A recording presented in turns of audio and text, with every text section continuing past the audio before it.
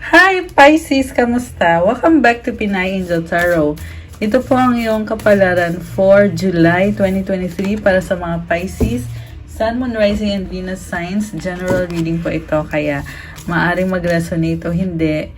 I-take nyo lang yung nag-resonate, hayaan nyo na yung hindi nag-resonate kasi baka para yon sa iba.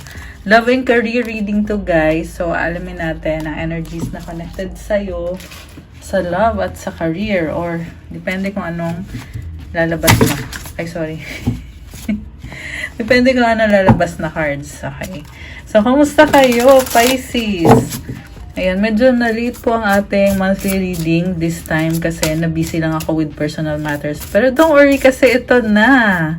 Ito na, mga Pisces. Okay.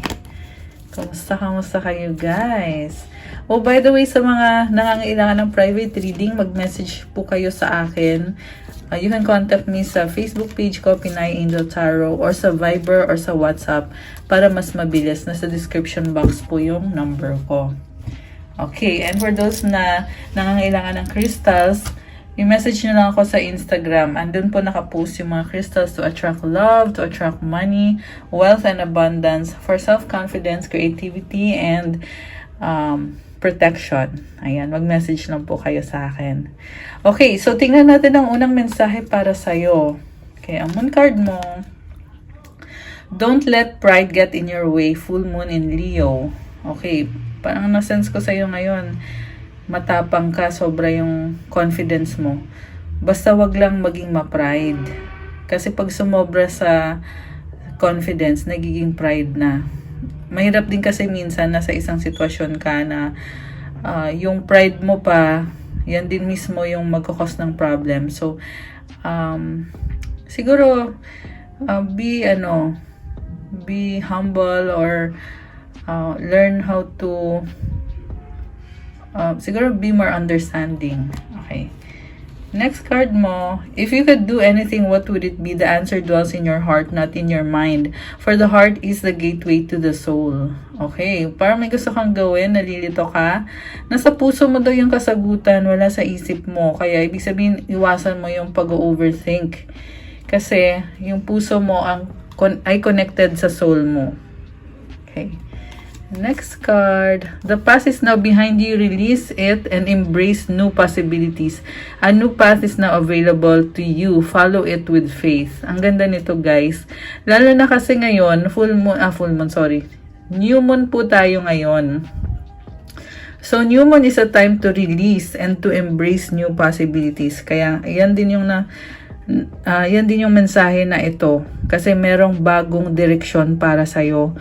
Have faith kasi bagong-bago yung direction na yan. Siguro, andun yung doubts mo na kung mag-workout ba yan para sa'yo. Pero have faith lang.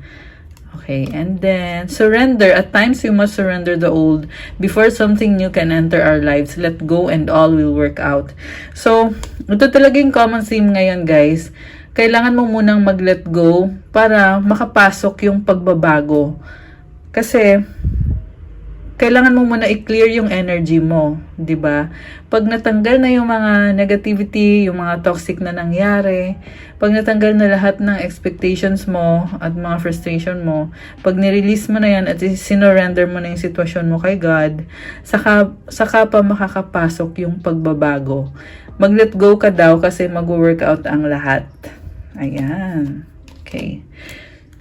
Okay, so, from the tarot, tingnan natin, guys. Overall energy mo is 9 of Pentacles. Mag-isa ka dito, parang mas pinipili mo maging single ngayon at mag-focus sa trabaho mo kasi nag-i-improve yung finances at yung career mo. Merong abundance, merong stability. Also, nag-i-enjoy ka rin. So, parang deadma ka muna sa mga opportunity kasi meron ka na may ipinundar ka na para sa sarili mo. And hindi mo kailangan ng someone else para magbigay ng value sa'yo kasi ikaw mismo ginagawan mo na ngayon ng paraan at nagbubunga na yung pinaghirapan mo. So, na-enjoy mo na din. Ayan, Pisces. So, sa recent past, Knight of Pentacles, Page of Pentacles, the Empress. So, dati pala, na-in-love ka sa kanya, naghintay ka, mabagal yung movement, parang feeling mo dito, Naghintay ka pero walang nangyari. Okay? Although nakita ko naman, malalim yung pagmamahal mo dito eh. Very loving ka sa taong yan. Mukhang binigay mo yung best mo sa kanya. Possible na isang reason din na mabagal kasi magkakalayo kayo or long distance yung relationship nyo.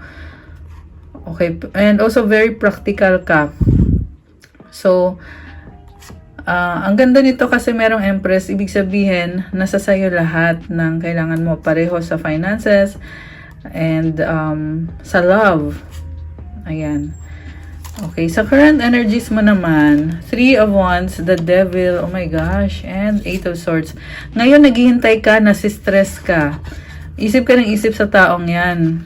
And parang nagiging codependent ka ngayon. Parang feeling mo kailangan mo siya. Pero, sa totoo lang, feeling mo lang yan. Okay? Siguro, kailangan mo din i-remind yung sarili mo na kaya mo naman kung wala siya eh. Actually, alam mo din naman yun na kaya mo na wala siya. Pero, naghihintay ka pa rin kasi feeling mo ngayon siya yung kukumpleto sa'yo. So, siguro, i-appreciate mo yung mga blessings ngayon para hindi ka masyadong ma-pressure dyan. Kasi, I feel like nape-pressure ka kasi iniisip mo kailangan mong mag-settle down, kailangan mo magkaroon ng healthy relationship, loving relationship, 'di ba?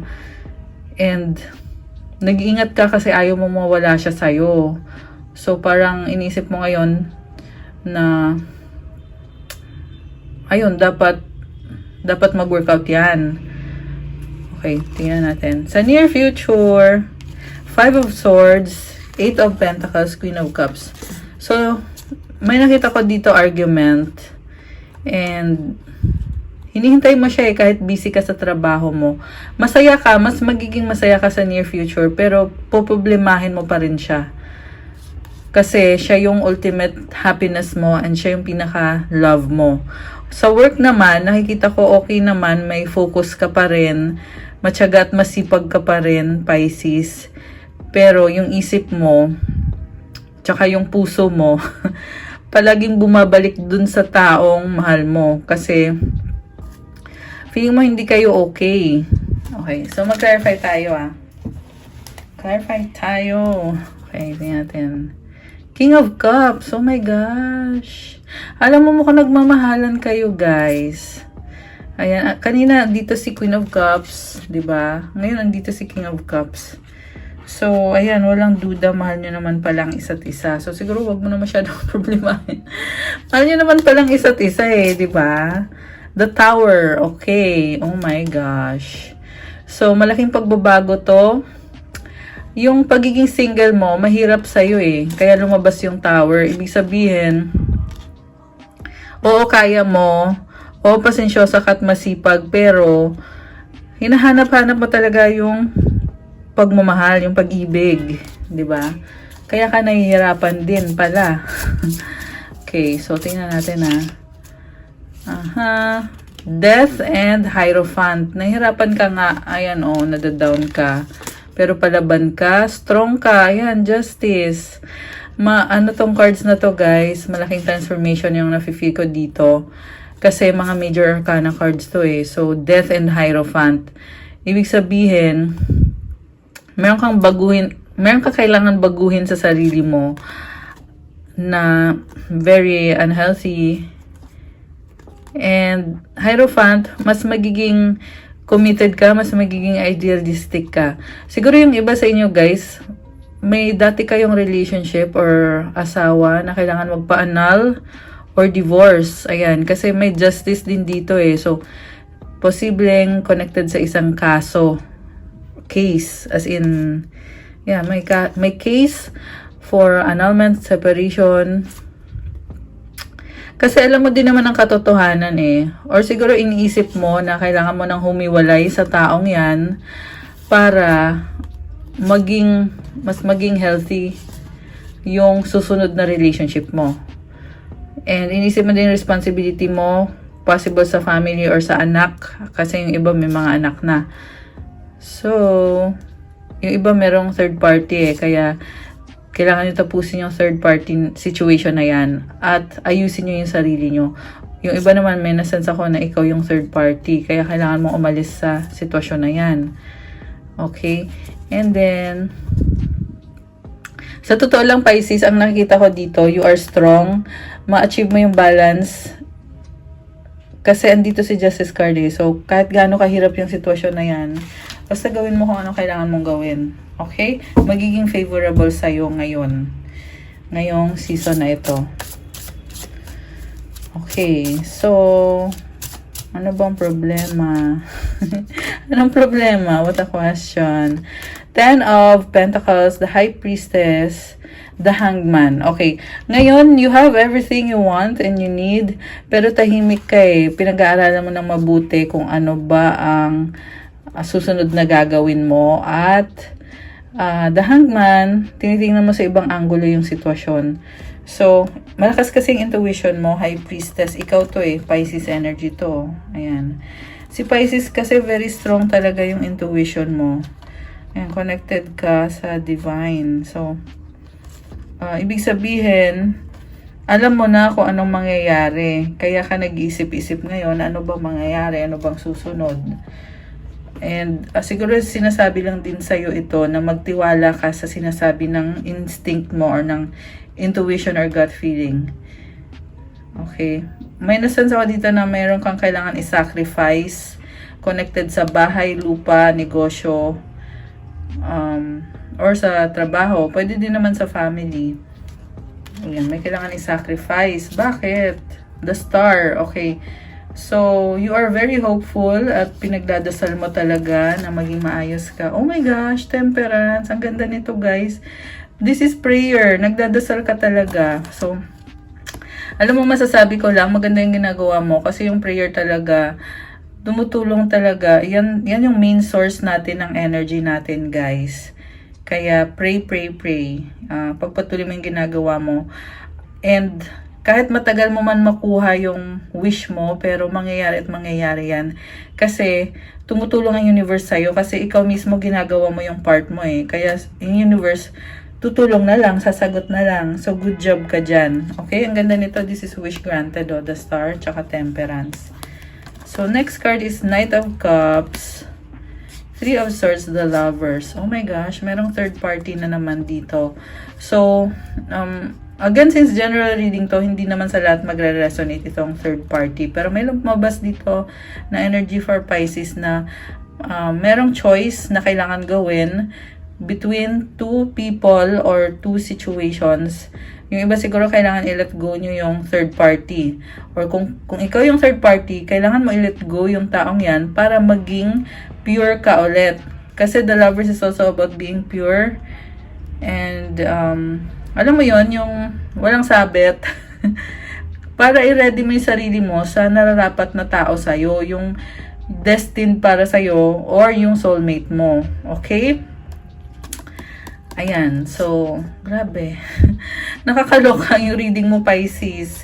Pero in fairness, nakakatuwa kasi nafe-feel ko ang daming transformation nangyayari sa'yo ngayon. Sobra. So far, ang mga cards or energies na lumabas dito is meron Gemini, Scorpio, Cancer, Taurus, Libra ulit, Aquarius, tsaka Sagittarius. Meron ding water sign, syempre, Cancer, Pisces, Scorpio. Meron Capricorn. Yun. Although, kahit naman ano sign pwede. Ayan, yung mga kailangan na mag-let go dyan. Today, not exactly today, pero right now is the right moment para mag-let go, para makapasok yung bagong blessings. New Moon po tayo ngayon. Nasabi ko na din ata kanina. New Moon is a time of releasing. Kaya, para may calling sa'yo ngayon eh, na pakawalan mo na yan, i-let go mo na yan, kung anong sitwasyon man yan. Okay? Cleanse mo yung sarili mo. I-release mo yung negativities. Ayan. And, meron po tayong Dragon's Blood Sage and Palo Santo, guys. For those na interested, for cleansing po yan. Okay? Message nyo ako. So, anyway, tuloy tayo, guys. Ayan, mag-cleansing kayo para to make way for new manifestation. And we also have love manifestation candle. Okay? Anyway, so, Magician. And syempre, meron din tayong crystals. Okay. Magician and the Fool. Ready ka na para sa bagong simula? Parang feeling mo napapagod ka, kaya nalilito ka tuloy. Pero iniisip mo, may gusto kang gawin, ilalaban mo kung ano yung deserve mo para baguhin ang isang sitwasyon. Strong ka, malakas ang intuition mo, andito yung the moon, ma-achieve mo yung victory sa dulo. So, grabe, nakakaloka to. Ayan, sabi sa'yo dito, Pisces, ready ka na. Ayan the Magician sa bottom of the deck. The Fool, new beginning. Siguro parang feeling mo ngayon, oo, ready ka, pero hindi mo alam kung anong mangyayari. Kaya, aatras ka kasi natatakot ka. Hindi. Ang sinasabi ng universe sa'yo, ipagpatuloy mo. Minsan nga, kaya ka nga natatakot kasi maganda yung balik, 'di ba? I mean, magandang blessings yung paparating. Kaya ka nakakaramdam ng takot. So, 9 of Cups, kontento at masaya ka ngayon. Nakakatuwa. Ayan, mukhang maraming blessings. Kasama na din sa family mo at sa mga tao sa paligid mo. Okay, tingnan naman natin kung ano pa ang energies ng taong connected sa'yo. The Moon, okay, gusto niya mapag-isa, nag-iisip. Ganun din, kailangan mag-releasing yung person mo. Mukhang hindi siya masaya ngayon. Pero, andito yung Sun, babangon ulit. Babalik ulit yung taong yan. This time, nakikita ko sa person mo, more balanced na siya. Ayan. So, congrats and good luck. Ayan, nakakatuwa to guys. Babalik siya. Ayan. The Moon and the Sun. Diba? Sun ka pa. May judgment card pa eh. Sa ilalim Six of Wands. This is victory, moving forward, and success. Okay. Mukhang naghihintay ng tamang panahon. Malaki din ang mga plano niya. Two of Wands. Knight of Wands. Inobserbahan pa eh. Nag-iingat. The world ending sa new beginnings. Nine of Swords. Isip kasi ng isip. Queen of Wands. May conflict pa dito. Mukhang nag-away kayo, nagsagutan. Kaya iniisip pa ng taong yan. Merong 5 of Wands, tsaka Knight of Swords. Meron nga nag-away. Pero binabalanse nyo 2 of Pentacles and King of Pentacles. So, yung person mo, siguro feeling mo sa kanya ngayon, ang boring niya, ang bagal niya. Pero nag-a-adjust siya. So, nakita ko sa cards niya. Anong outcome dito? Anong outcome para kay Pisces? What's coming? Knight of Wands, lalaban ka. Walang makakapigil sa'yo. Ayan. Hindi ka nila pwedeng basta-bastahin kasi you are strong. Kahit gaano ka, tindi yung challenges na yan. King of Wands and 2 of Pentacles. Kaya mo nga mag-multitasking eh. Queen of Pentacles, ayan, mapagmahal. May nakita ko dito relationship na yung isa tahimik. Yung isa naman, very caring, pero inuuna din niya yung sarili niya. So, siguro nagkakahiyaan pa kayo, nakatalikod siya eh. Doon siya nakatingin. Doon siya nakatingin, diba? Tapos yung isa sa kanya nakatingin. Ayan. Page of Cups. Okay, merong excitement. So, nakikita ko naman mukhang magkakaroon ulit kayo ng bagong connection. Kasi siya, nag-a-adjust siya. Ikaw naman, always ready ka naman and excited ka. Ayan, nakakatuwa. Ayan. Okay, guys. Mga mensahe galing sa universe para kay Pisces. Pisces. Attacking others is an attack on myself. I choose to release this now. Ayun, ang ganda. Pag ina-attack mo daw yung iba, ina-attack mo din yung sarili mo. Kaya, mas piliin na i-release ang sitwasyon ngayon. Ayan. Time of releasing ngayon, guys. I-release mo yan, i-surrender. Huwag nang attack ng attack kasi napakahirap. Ayan, mag-release na ngayon. Okay? Okay, ano pa mensahe galing sa universe? Baliktad. The more I honor my inner light, the more I brighten the world. I choose to shine. Oh my gosh! Masayahin ka. Merong inner light sa'yo, kaya i-honor mo daw yon. Ibig sabihin, maging mas positibo at masayahin ka. Ayan, maingay. Sensya na kayo, guys. Kasi pag ginawa mo yun,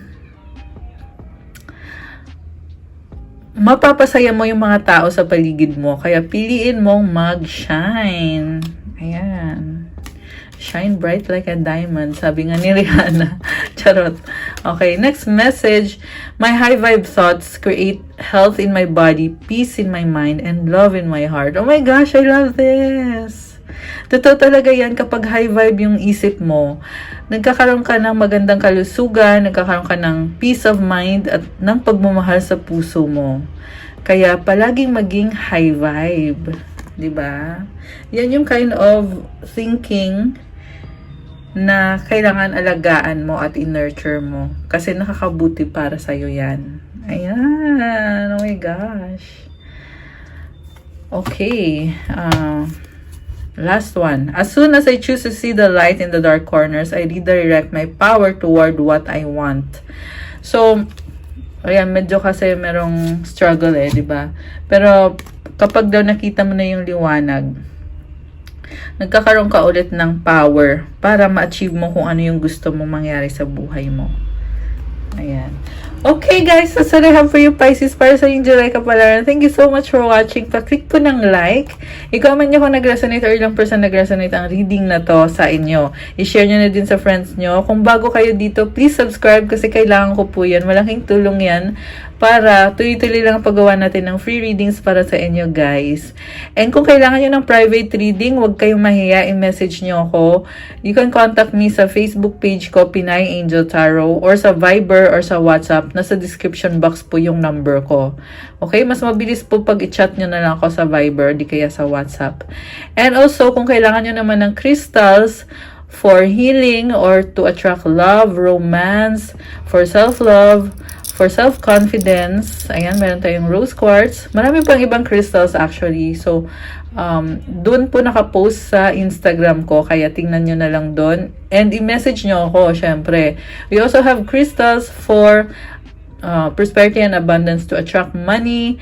And also for protection. Ayan. So, ano pa ba? Kung gusto nyong maging malakas yung intuition nyo, meron din tayong crystals para dyan. Ayan, we have amethyst. At marami pang iba, guys. So, meron din po tayong for cleansing ng mga crystals nyo. Yung crystal cleanser. Tsaka, syempre, yung dragon's blood sage na pwede din siyang pang cleansing sa katawan mo, sa sarili mo, sa bahay mo. Ayan, to protect your aura. And, syempre, pag for releasing of negativity and kasi pag ginawa mo yon, pag nag-releasing ka, ma-attract mo din yung bagong manifestation mo. Mas magiging strong yung manifestation mo at ma-attract mo yung blessings. Meron ding Palo Santo. We also have love manifestation candle para dun sa mga gusto nyo i-manifest ang love sa buhay nyo. Ayan. Depende sa sitwasyon nyo. So, may blessing po yan at merong spell specific para sa'yo. Kaya naman, napakaganda ng energy ng ating candle at talagang malaking tulong siya.